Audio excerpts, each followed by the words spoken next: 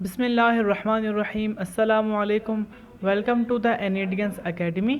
9th class की biology का lecture चल रहे हैं, चैप्टर चल रहा है हमारा 2। आज का टॉपिक है हमारा theory, law and principle. Theory, scientist use the word theory in a very different way than non-scientists. When many people say I have a theory, they really mean I have a guess. Scientific theories, on the other hand, are well tested and highly reliable scientific explanations of natural phenomena. They unify many repeated observations and data collected from lots of experiments. For example, theory of evolution. अगर हम बात करें natural phenomenas की, तो एक scientist के लिए word theory जो है वो एक बहुत डिफरेंट वर्ड होता है एक आम आदमी के थ्योरी के वर्ड के लिहाज से। क्योंकि अगर हम बात करें कि अगर एक साइंटिस्ट जो है वो थ्योरी का वर्ड कह रहा है या फिर एक आम आदमी जो है वो यानी कि नॉन साइंटिस्ट एक थ्योरी का वर्ड कह रहा है, तो इसमें एक यानी कि मेरे पास एक गैस है, आई हैव अ थ्योरी, इसमें बहुत बड़ा फ़र्क है। वो फ़र्क ऐसा है कि जब भी कोई साइंटिस्ट किसी भी नेचुरल फिनोमेना के लिए कोई थ्योरी देता है, तो उस थ्योरी के पीछे बहुत डिफरेंट टाइप्स की उन्होंने ऑब्जर्वेशंस कलेक्ट की हुई होती हैं, उन्होंने डेटा कलेक्ट किया हुआ होता है, उन्होंने बहुत से हाइपोथेसिस दिए होते हैं, उसके पीछे उन्होंने बहुत सारे एक्सपेरिमेंट्स किए होते हैं, और ताकि वो उनके जो एक्सपेरिमेंट्स हैं वो उनके रिजल्ट को सपोर्ट कर सके, उनके पास एक एविडेंस होता है। जैसे कि एग्जांपल है हमारे पास theory of evolution, law and principle. A scientific law is a uniform और constant fact of nature. It is virtually an irrefutable theory. Biology is short in laws due to puzzling nature of life. Scientific laws जो होते हैं वो uniform होते हैं, constant fact of nature होते हैं, क्योंकि नेचर ऑफ लाइफ जो है बहुत ही ज़्यादा पजलिंग होता है, बहुत ही ज़्यादा कॉम्प्लेक्स यानी कि बहुत ज़्यादा पेचीदा होता है, इसलिए बायोलॉजी के जो लॉज हैं वो बहुत ही ज़्यादा शॉर्ट होते हैं। Data organisation and data analysis. For data organisation you will prepare a table और graph of the data. Don't throw out data points you think are bad or that don't support your predictions.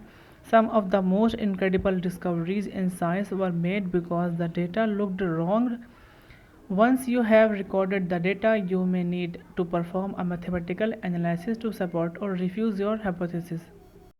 इस paragraph में ये बात समझाई जा रही है कि जैसे ही आप कोई साइंटिफिक मेथड यूज़ करने के बाद किसी भी नेचुरल फिनोमेना पर कोई एक्सपेरिमेंट वगैरह कर रहे होते हैं, तो आपके पास लास्ट में जो डेटा कलेक्ट किया हुआ होता है आप उस डेटा को किस तरीके से ऑर्गेनाइज करते हैं, किस तरीके से उस डेटा को एनालिसिस में लाते हैं, यानी कि डेटा को आप कोई टेबल बनाते हैं डेटा का, या फिर डेटा को किसी ग्राफ में आप शो करते हैं। अपने डेटा को ऑर्गेनाइज करवाने के लिए, अपने डेटा को एनालाइज करवाने के लिए आप डिफरेंट मेथड्स यूज़ करते हैं। कलेक्टेड डेटा की ग्राफिकल रिप्रेजेंटेशन से इस चीज़ का आइडिया होता है कि वो आपका हाइपोथेसिस को सपोर्ट करता है या तो फिर आपका हाइपोथेसिस को रिफ्यूज़ करता है। यहाँ पर आगे एक ग्राफिकल रिप्रेजेंटेशन दी गई है किसी डाटा की। यहाँ पर लिखा हुआ है a bar chart showing the trend of malaria cases reported in Sindh 2016 to 17। यानी कि यहाँ पर एक बार चार्ट दिया गया है जिसमें हमें बताया गया है, जिसमें समझाया गया है कि डेटा यहाँ पे रिकॉर्ड किया गया था सन 2016 से लेकर सन 2017 तक के कितने मलेरिया के केसेस रिपोर्ट किए गए थे। इसका जो वाई एक्सिस है यहाँ पर दिए गए नंबर ऑफ़ मलेरिया पेशेंट्स, यानी कि 0 से 1000, 2000, 3000, 4, 5, 6, 7000 तक दिए गए।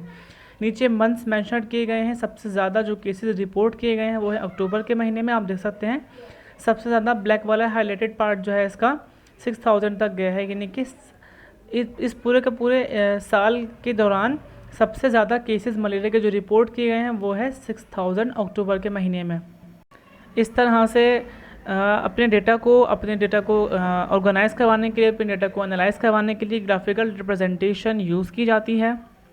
इसी तरह से यहाँ पर एक पाई चार्ट भी मेंशन किया गया है जिसमें यानी कि इसमें भी ये बताया गया है कि किस तरीके से जो है वो आप अपने डेटा को रिकॉर्ड करते हैं और रिकॉर्ड करवाने के बाद उसे किसी के सामने प्रेजेंट करते हैं।